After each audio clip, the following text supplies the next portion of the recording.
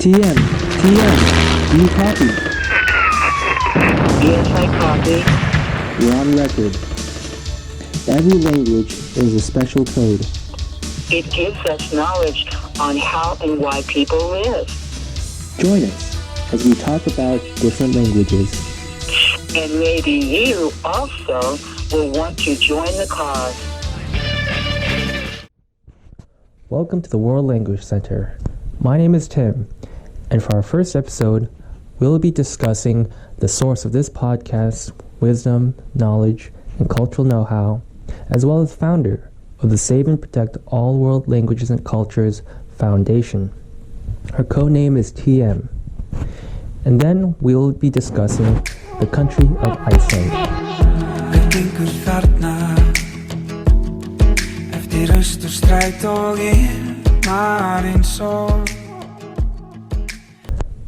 TM, can you tell us a little bit about yourself? I am a person that loves languages and cultures and dialects. And I've lived in a few countries, and I speak a few languages, and I study many, many, many, many languages. I am the original language girl, and my name is Tongo Malstuken Mikta, which means in Icelandic, original language girl. And so that would be Eikhaiti Tongo Malstuken Mikta. And I want to make the general public aware about the languages and cultures and dialects of the world being in danger. There are over 9,000 languages in the world. There's technically over 200 countries. And there's millions of dialects. But in 100 years, over 90% of the world's languages will be extinct. They're not being promoted. One of the reasons is it's not a thing that people can make money off of. And what I've realized, especially I'm an artist, a true artist, I do many things. The languages is just one of my passions. I have many passions other than that also. But if money is to be made off something, then it goes viral and, that kind of mode. But if there's not money to be made off something, then a lot of people aren't really interested. But this is beyond a monetary issue. This is like with the environment. The environment is in danger. The animals are in danger. Mm-hmm. Species are being extinct. So it's the same thing with the languages. They're being extinct, and that's not good. And the children are the future, because, they are, and they need to understand the necessity of preserving the cultures and the languages. And today, my focus is going to be explaining a bit about Iceland, because that language is in danger. And that's I love the countries of the world, and that's at my top of favorite countries. And I would love to make it very clear that this language must be saved. The Icelandic language must be saved, and it's in danger of dying. So. Every culture has a unique perspective on the world, and their language is a direct reflection of that. So you say that language has been a big part of your life for a long time.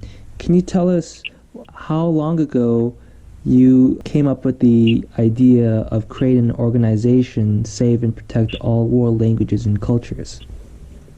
Well, my background is multicultural, and so I was raised around a lot of different languages and cultures, and have lived in other countries, and deal with a lot of people that speak a lot of different languages and stuff like that. So I am interested in this because it's also part of my heritage too. It's not like some trendy thing that I'm just jumping on the bandwagon.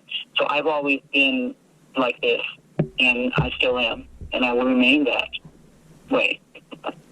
So the language, that the organization is something that you've you've been thinking about for many years.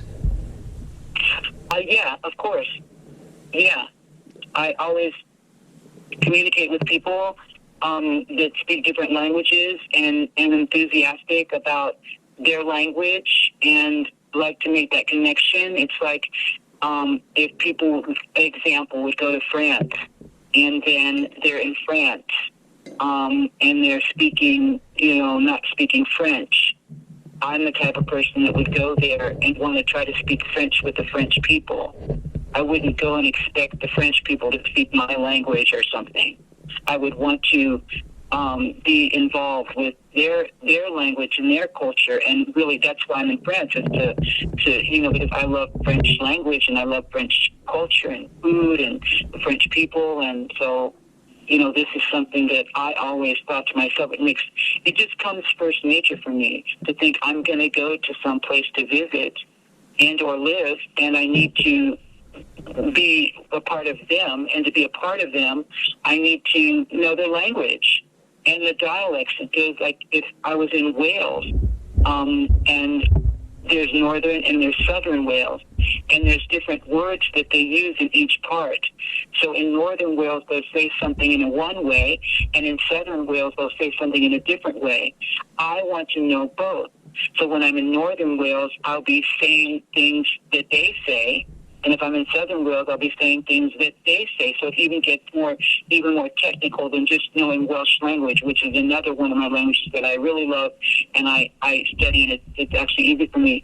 And there are different, there's different like dialects, and they really appreciate it. If you're in the north and they know that you know their northern thing, then the northern thing, then they'll be happy that you are aware of that. I mean, they'll be happy that if you even know Welsh, whether it's northern or southern, but if you get technical with it and know their own dialect and terms, they're really elated. And I don't blame them, because, you're in their country, so, it makes perfect sense to me. I don't know why anyone would not get this, but, so it's fun. It's fun to be able to I'm interested. And it depends on the person. Many people might not be interested in other cultures and languages, but I am.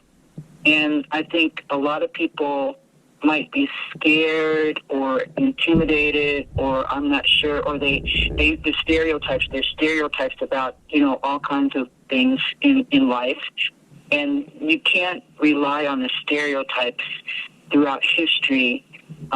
Human beings don't say things about, languages and cultures, but people should experience it themselves and be aware of things in their own realm. I think they should experience themselves, because there's good and bad in everything, and you just have to be careful, and you have to be aware. So that's what I have to say about that. Where do you envision this organization 2 years down the road? I'd like it right now, but 2 years down the road, I'd like to start having language centers, and like begin with one, and the language center would promote languages and cultures and dialects, and it would be like to let the children be aware. I think that it would be good for the children to have things to do. There's many things children can go off sync with, and I think that this would give them something to have fun with, especially the languages that have scripts. Like, if a person has a child, the children from babies on up to like age 12, their minds can soak in languages. And then, onward too. And it's the adults that have a harder problem. You have to learn the grammar and stuff, unless they have the natural ability to pick up a language, which some people do.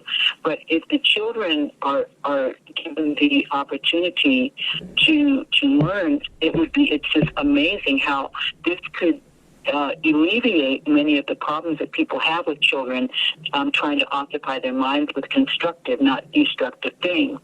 So one of the things that I think a lot of children would be fascinated, because their attention span can be out the window, and they can drive grown-ups. They don't drive me up walls. I love animals, babies, and children. I can handle. Trust me, they're fun, and I can handle them. That's good. So there's scripts like Kamazite language. That's the language of the Amazigh people, and they want to be called Amazigh, not Berber, but they are known as Berber, people with Berber language, but it's actually Kamazite language. And Amazigh people, they have a certain symbols they use for their alphabet, if you want to call it that, and they're fascinating. They're beautiful symbols. You have the Cherokee language. That's one of the Native American languages. The symbols are just absolutely beautiful, and it's fun to learn these symbols. And you can if you know what the symbol means, you're learning a whole new language, but you're using the symbols. It doesn't have like the alphabet like English or something has. Russian has the Cyrillic alphabet, and then a whole bunch of languages like Kazakhstanian and other languages, although Kazakhstan is going to stop using the Cyrillic alphabet as of 2022. But Uzbekistanian and Tajikistanian, these languages have the Cyrillic alphabet along with Russian and Macedonian and Bulgarian. So if you learn the Cyrillic alphabet, then you can transcribe all these other languages to a point. They have, like Macedonian has a couple of other letters that Russian doesn't have or something like that, but the basic alphabet is there, and it's, one language. You learn something about one language, and then you could learn other languages, like the Romance languages. Once you learn a couple Romance languages, all of them can fall in sync. It's a lot of, I know that my language teachers, everybody has opinions, so, like, I remember one of my language teachers, the Spanish language teacher, thinks her theory is that one or two languages is all a person should study at one time. And then the opposite with my Filipino teacher and my Chinese teacher. They believe that the more languages, and also Italian teacher, the more languages, the better. And that, you're learning a few at a time, and then each helps each other out. It's hard to explain really quickly here. Mm-hmm. I feel that with that theory, it depends on the person. I feel that some people can handle only one or two languages at a time, and then some can handle several. And people shouldn't judge and think one way is wrong or the other. It depends on a person. Mm-hmm. A person shouldn't be forced to do something that they're not good at. So some people are good at learning I'm good at learning a lot of languages at once, studying a lot of languages at once. Other people are only good at studying one or two languages at once, and they should be able to do that. So I just think that children can be helped in this way if they keep their mind off the drinking and smoking and doing drugs and all those things that I don't think children should be doing at all. And this would give them something else to do, and it's constructive and broaden their scope about life, reality of life, and other cultures and languages. So that's my opinion, and that's why I want this organization to be promoted, because this needs to be done, and it could change the world. It could totally change the world. Yes, it can. It can definitely change the world. I believe in that wholeheartedly. I only speak from my own experience, but as an adult, and I'm assuming a lot of other adults experience this as well with, a heavy work lifestyle, it's kind of a chore to learn a second language sometimes. But as a child, where you're carefree, and I can imagine how learning multiple languages can be almost like a game, and it can be fun for them. Yes, and another thing I'd like to insert, I create me myself. I'm a creative artist in many realms, like I make handcraft stuff too, but I create language games, and that's another thing I need funding for, to get all the materials I need to make these language games. And I want to give an example of how this comes in, even though I'm an adult. This being interested in other languages comes in. I'm going to give a total example. So at the Korean restaurant, the Japanese restaurant, but it's Korean and Japanese basically, there's one of the main ones I go to, everyone there is Korean, the owners and everything, except they have 2 Mongolians that work there. So, and I eat fish, salmon fish, but I don't eat meat, something like that. I'm basically a vegetarian. So I was getting my food, and they don't really speak English that well, so they didn't understand like what I wanted consistently. So what I did is I thought to myself, well, I study Mongolian and I study Korean. So what I did is I made a note, a really nice note, saying, oh, I come here all the time to eat, and I love your food, and this is what I'm going to want every time I come. And I wrote this note, and I listed, like, I want the salmon, and I want the salad, and I want the ginger on the side, and I wrote this all in Korean, with the Korean script symbols. But that's a beautiful, oh my God, I love that language too. I've got so many languages. The kids would love to learn the Korean too. It's like so cool, like, to write it. And so I also wrote it in Mongolian, which basically uses Cyrillic alphabet with different pronunciations or whatever. And I wrote it in both of those languages.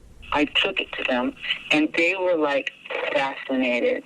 And it made a cultural connection. And, it's like, because all Asian languages and cultures are totally different. And it was really beautiful, and they were really happy, and I was really happy. So, and I learned how, so like whenever you connect with people in their cultures, you even learn more because they tell you things. Like at my bank, there was a Polish woman, and I started saying, Dzień dobry, and I said, jak się masz, and some other things in Polish, and she was fascinated, and it made a connection. It was wonderful, and she told me things about Poland that I didn't know because she's actually from there. And you could read in books and stuff about things, but actually when you go to a place, you can connect with people that are from there. They'll tell you things that might not even be in a book about their country and the language. So I just wanted to share that with the general public and let them know that if people get like scared or intimidated or are shy about connecting with people that speak another language, but you'll be amazed how it can really make a difference in human communication in your everyday life. If you actually, not just do the trendy thing, like it's trendy to do yoga now. So like people are doing yoga. Okay, great, they're doing yoga. That's cool. But what about taking it a step farther? Why not? Where did yoga come from? Let's just say if it came from India. Why not try to understand this? I have probably 15 East Indian languages. I have Malayalam and Hindi and Punjabi and Tamil and other ones. And why not try to connect with like the main East Indian languages, Hindi, and why not try to connect with this, like learn some of the script or something, and and then the Sanskrit, it is a dead language, but long story about that, but you can learn it too, long story about that. Why not expand your life into languages also, not just do yoga and eat at a Chinese restaurant. Why not delve, take a shovel and start digging, dig in and be more really in the sense of culturally aware, not just a trendy thing, but in your own heart and soul and spirit, actually dig in and delve, and it'll make a difference in your life. That's what I'm saying. I mean, I think that makes sense to me. Yes. So that makes sense to me too. And unfortunately, I don't think a lot of people, share that same sentiment, because, growing up in the United States, we're so used to the English language, and we don't realize how many opportunities there are for those cultural connections that you're talking about. And learning different languages just opens up a new door. I mean, this country was founded upon immigrants coming in and providing their own input, perspectives, and ideas. So I do believe in that cause where learning different languages will allow us to make more cultural connections and expand our understanding of the world.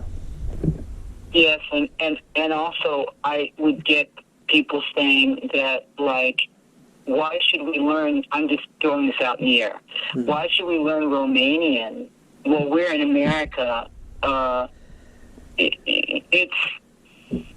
It depends on what a person's interests are, of course, but I'm just going to put it this way. Let's say a person in their background has Italian or Irish, and they can't go to Italy or Ireland, but, it can make conversation. They just go to a restaurant or go somewhere, and they meet a person, or run into a person that is straight from Italy, or I could say Sicily or Ireland, Scotland, Wales, whatever, and then that person actually speaks the language. You never know when you're going to run into a person. You could even, there's so much on YouTube to learn languages. This is like the digital age. There's so many ways to learn languages on your own, or even classes if they're around. There's not a lot of classes around, but if there are. And you can connect and relate to the actual culture by delving into the language, and I think it's fun to do. So I just am hoping that people will be interested in it for their own knowledge, and if they have to put it in them, like I said, Spanish is the second biggest language in America, but the only people that speak Spanish are basically those people that speak Spanish that are from those cultures directly, when certain places like Finland, the first biggest language in Finland is Finnish. But, the second is Swedish. So people can, of course they're going to speak English because English is going everywhere now, but so they speak Finnish and Swedish and English. And then you get like Germany and Italy and France, and they generally speak all those languages. So Italians can speak some French and or German, or Germans can speak some French. And people say it's because those places are close together. That's why the Europeans are so cool, because they are right there next to each other, and they speak different languages around them, and they do. And I wish that in America they'd get that realm too, even though if they speak English, they can just step out of their little box and try to speak another language. It's good for the children. It's really good for the children to be raised and know different languages, for sure. And some of the kids might even grow up and decide that they want to be an interpreter or, something. You never know. It could change a child's life to the positive. That's true. That's very true. Start them out when they're babies. When they're babies, you don't even have to do any work. It's not even any work, okay? And I'm going to make it kind of sound silly.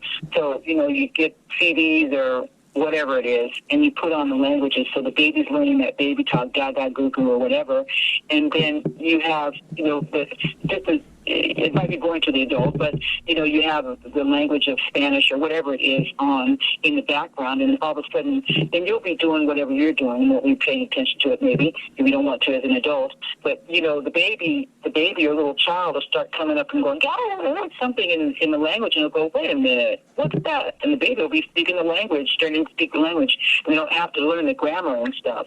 They don't have to learn the grammar. And then you'll see that they're doing that, and then you'll maybe put them in a class that has that language if it's available, or let them watch the YouTube or something, and pretty soon they'll be speaking without even knowing the grammar. It just comes naturally. And if you get, this is even taking it even a step further to be kind of funny, but it is true. So in my Thai class, one of the women, when she was a doctor, she's probably about 50 years oldish, give or take, and she has a parrot named Sunshine, and that parrot named Sunshine, she would be like putting on her Thai tape and watching the videos because she studies Thai language, right? And so she'd be coming home, and then the bird would be talking in Thai, and she'd be going, wait a minute, what? Because the bird, the parrot, picked up, not fluently, of course, but picked words and stuff. And she going, wait a minute, this parrot is, Sunshine was talking Thai. Wow. That was amazing. That was so amazing. She told the class that, and I was like, wow, that was pretty cool, So it can be fun. Some things can happen, Yeah, I see. I also got a vision of, the parents taking their babies to the class, and, after a while the baby starts speaking all these different languages, and the parents don't even understand what the words the baby's saying. Yeah. That it shouldn't be categorized as a trendy thing, like, well, what's the newest thing? Let's do this. And then because trends come and go, they come and go. It shouldn't be something that comes and goes. It should be something stabilized in a life of people, I would think. Yeah. So you envision, you envision a headquarters that would hold classes from a certain time, like a physical building space where kids can come in after school, or babies can come in the morning and take their 1 hour, 2 hour course. Yes, the answer is yes. I see.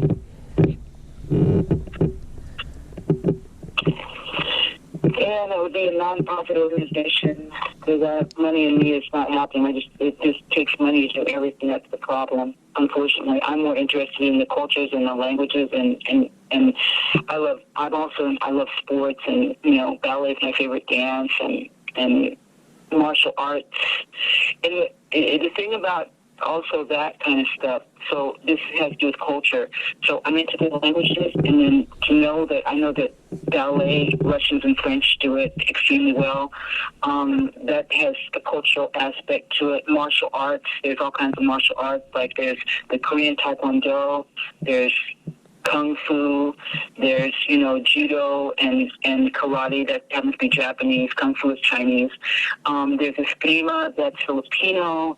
There's Krav Maga, that's Israeli. There's Sambo, that's Russian. And even when you're taking certain sports, if we leave the politics, I call it politricks, out of the linguistic, the language thing, and you leave it out of the when you're doing the sports thing or the dance, artistic things, that would be better too.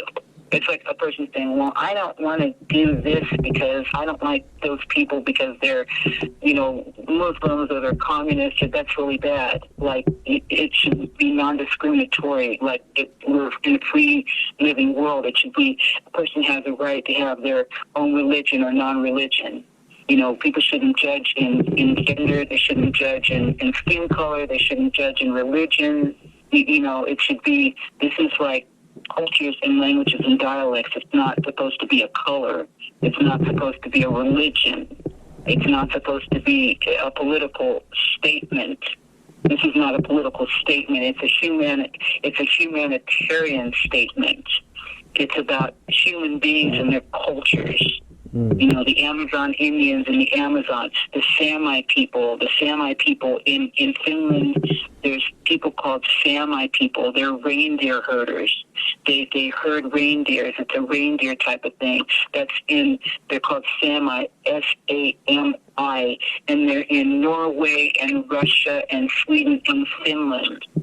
And actually, when it's Christmas time, Finland is called the home of Santa Claus or something, and it's got all the reindeer and everything. It's just so beautiful. This is cultural things. This shouldn't be like a war zone. Like, well, we hate the Israelis, we hate the Muslims, we hate the Africans, we hate the no. It should be love. Love is the word, and that should be a basic word that's translated in every language.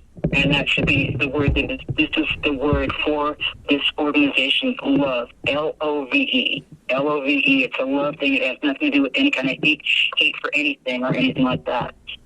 For any cultures or languages or anything. This is a love thing. We welcome all cultures and languages. There's over 200 countries in the world, technically. There's over 9,000 languages, and there's millions of dialects. Papua New Guinea is a country, and it is. and it has more languages in it than any country on the planet. So when I mention to some human being adults about Papua New Guinea, they go, isn't that where they chop off people's head and they boil it? They're headhunters and they're cannibals. And I'm like, excuse me, I'm trying to talk about the languages and the cultures, and I don't know, let's not get into some negativity that I don't even know if that's true, and I'm not focusing on anything like that. I'm focusing on, like, Tuk-Pisin. T-O-K is the first word, P-I-S-I-N is the second word. That is the major language of Papua New Guinea, and I studied this language, and it's very beautiful. So that's why I'm interested in the beauty and love aspect of cultures and languages and dialects, not all this political drama or, this hate. And this term, it's one of the terms that's, haters, it's kind of an old term now, but, this isn't the haters club. This is not the haters club. This is like the love all, okay? And people might misconstrue a lot of things that people say, including what I say, but I am not into any of that. I'm only into the love, L-O-V-E, of all the cultures and languages and dialects of the world and saving them from extinction. By the way, also, languages have died out, like Welsh and, not Welsh, Manx, M-A-N-X, from the Isle of Man, and also Cornish from Cornwall in the UK. They were basically dead, but they were brought back from the dead. And also the Salish languages, that's Native American languages. Long story, leaving a lot out of it, just to get to the point here. Salish languages, they brought them back. They had died out. Once the one last person, there's only one person speaking the language on the planet, obviously, when that person dies, then the language will be gone. So we don't want that happening to the languages. So I'm here to try to make a difference in the world at this time, and praying that miracles happen, because it'd be horrible. All these languages are dying out every day. As I'm talking right now, I know there's a language dying out, a language and or dialect. It's bad. It's really bad. I'm just devastated that my Icelandic friends told me that, in Iceland, that people aren't interested in being known as Vikings, and they're not interested in speaking it, at all, and generally, and that the older people, like in the west part of Iceland, West Fjord, it's called West Fjord, and then there's the East Fjords, that's the east part, and then there's the southeast and there's northeast. So there used to be dialects, and very distinctive dialects, and now they're fading out, and only the older people know the dialect thing. It's weird. It's just bad that, everywhere in Iceland, they're not having the dialects anymore. Generally, it's not. So that's not good. Because once the dialects go, then the language will go. So that's what's happening in poor Iceland.